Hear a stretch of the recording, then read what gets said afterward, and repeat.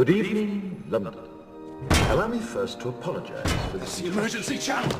I do, like many of you, appreciate the comforts of the everyday routine, the security of the familiar, the tranquility of repetition.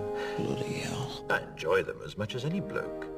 But in the spirit of commemoration, whereby those important events of the past, usually associated with someone's death or the end of some awful bloody struggle, are celebrated with a nice holiday, I thought we could mark this November the 5th, a day that is sadly no longer remembered, by taking some time out of our daily lives to sit down and have a little chat. There are, of course, those who do not want us to speak. Just let me think. I suspect even now, orders are being shouted into telephones, and men with guns will soon be on their way. It's Chancellor Sutler. Damn it! Why?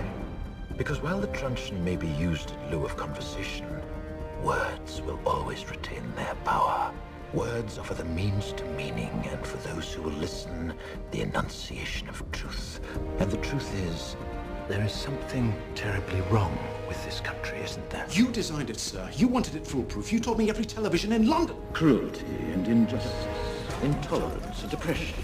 And where once you had the freedom to object, to think and speak as you saw fit, you now have censors and systems of surveillance coercing your conformity and soliciting your submission. We need cameras. How did this happen? Who's to blame? Well, certainly there are those who are more responsible than others, and they will be held accountable. But again, truth be told, if you're looking for the guilty, you need only look into a mirror. I know why you did it. I know you were afraid. Who wouldn't be? War, terror, disease. There were a myriad of problems which conspired to corrupt your reason and rob you of your common sense. You're almost through. Last night, I sought to end that silence. Last night, I destroyed the Old Bailey to remind this country of what it has forgotten. More than 400 years ago, a great citizen wished to embed the 5th of November forever in our memory. His hope was to remind the world that fairness, justice, and freedom are more than words. They are perspectives. So if you've seen nothing, if the crimes of this government remain unknown to you, then I would suggest that you allow the 5th of November to pass unmarked.